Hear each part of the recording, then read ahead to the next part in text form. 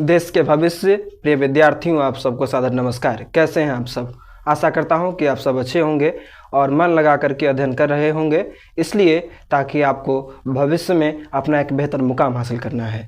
हम लोग को बेहतर में भविष्य मुकाम प्राप्त हो, इसके लिए हम क्या करते हैं, तो हम लोग वर्तमान में कड़ी मेहनत करते हैं। आप सब कड़ी मेहनत कर रहे होंगे और भविष्य में एक ज़रूर ऊंचा मुकाम हासिल करेंगे और अपने माता पिता के तमाम सपनों को पूरा करेंगे, अपने सपनों को पूरा करेंगे। इसी आशा के साथ मैं आज आपके बीच लेकर के उपस्थित हूँ 10वीं कक्षा के कविता के अंतिम पाठ, जिसका नाम है मेरे बिना तुम प्रभु, जिसके रचयिता हैं रेनर मारिया रिल्के। रेनर मारिया रिल्के जो हैं, उन्होंने इस कविता में क्या प्रस्तुत करने की कोशिश की है, सर्वप्रथम हम यह जानते हैं। रेनर मारिया रिल्के ने इस कविता में बताया है कि जिस प्रकार एक भक्त जो होता है वो क्या करता है, तो भगवान की पूजा करता है, भगवान की अर्चना करता है।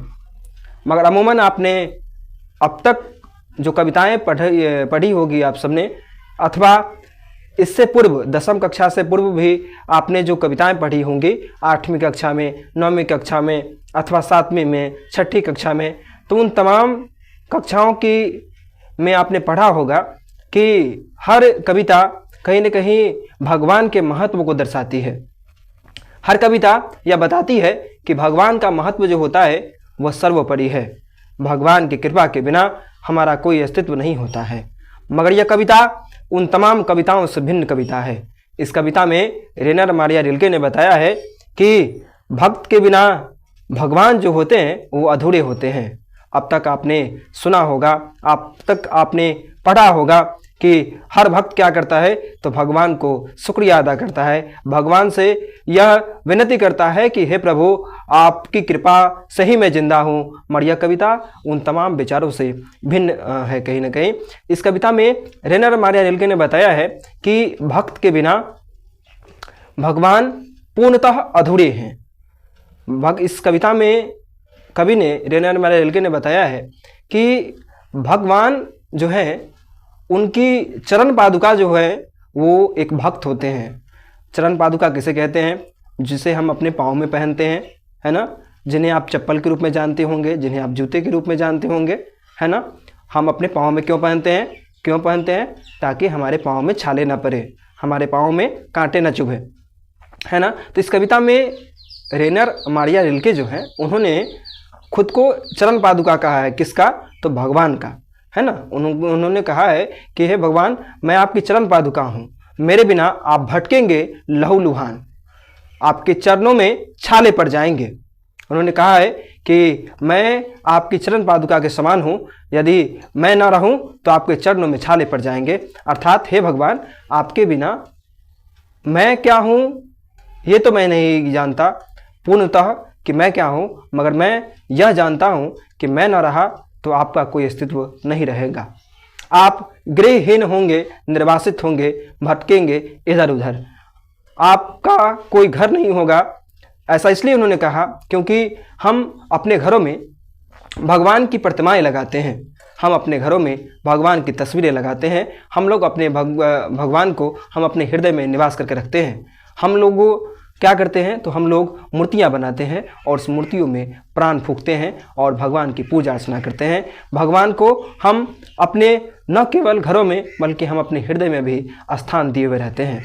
तो भगवान को घरों में, अपने हृदयों में, मंदिरों में, मस्जिदों में, शिवालयों में कौन स्थान देता है, तो एक भक्त देता है।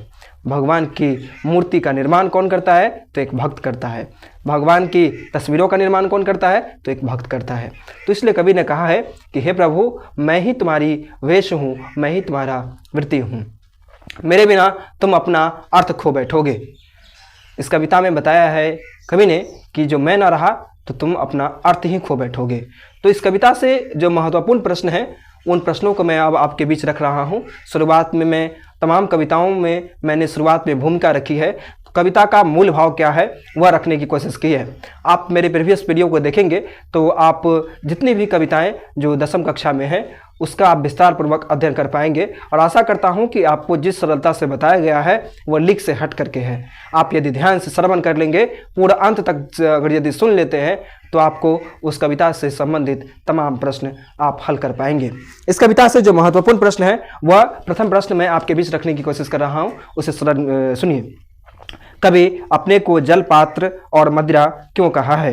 लिखेंगे, सर्वप्रथम यह समझ लीजिए, जल पात्र कहते किसको है? आप लोग जानते होंगे, मगर यह अंग्रेजी का एक शुद्ध शब्द है, जल पात्र।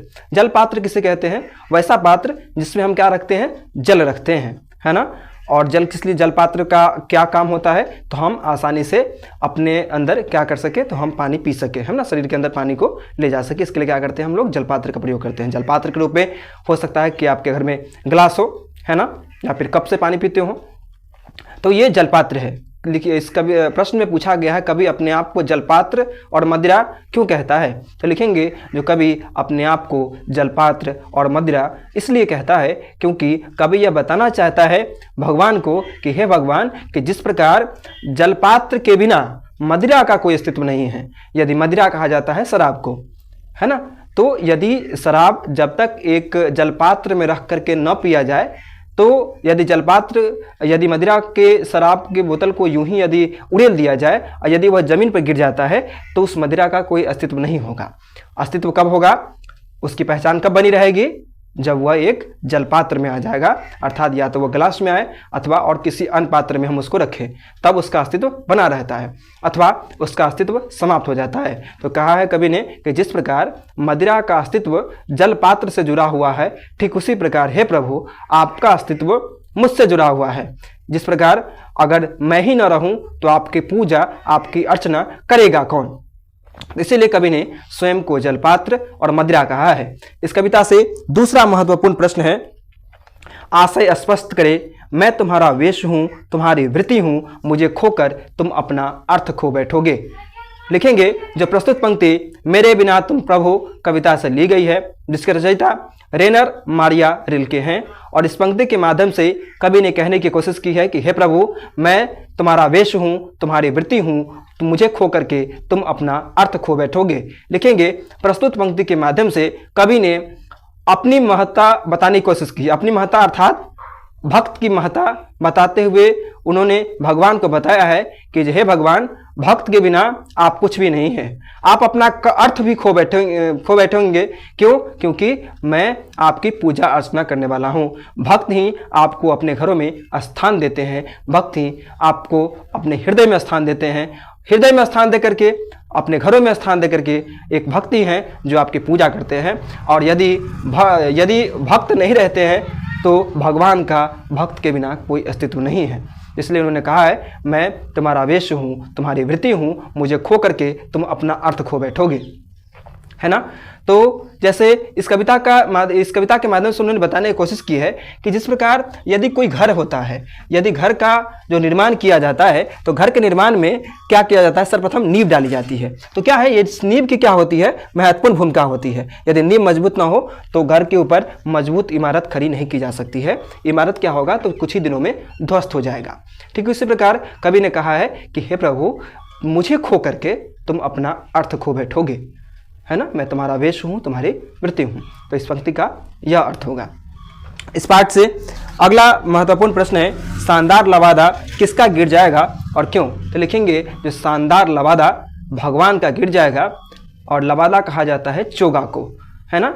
लिखेंगे, कवि ने कहा है कि शानदार लवादा भगवान का गिर जाएगा, और ऐसा इसलिए कवि ने यहाँ पर लिखेंगे, जो शानदार लवादा गिर जाएगा कह करके कवि ने बताने की कोशिश की है कि भगवान का शानदार लवादा इसलिए गिर जाएगा क्योंकि यदि भगवान हैं तभी भक्त हैं, और उसी प्रकार हमें यह भी समझ के चलना होगा कि भक्त हैं तभी भगवान हैं, क्योंकि भगवान की पूजा अर्चना करने वाला इंसान के सिवा और कहाँ कोई दूजा है जो कि भगवान की पूजा अर्चना करता है।